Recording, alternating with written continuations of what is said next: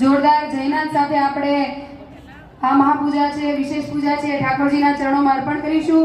બોલો સ્વામિનારાયણ ભગવાનની, નરનારાયણ દેવની જય, લક્ષ્મીનારાયણ દેવની જય, રાધારમણ દેવની જય.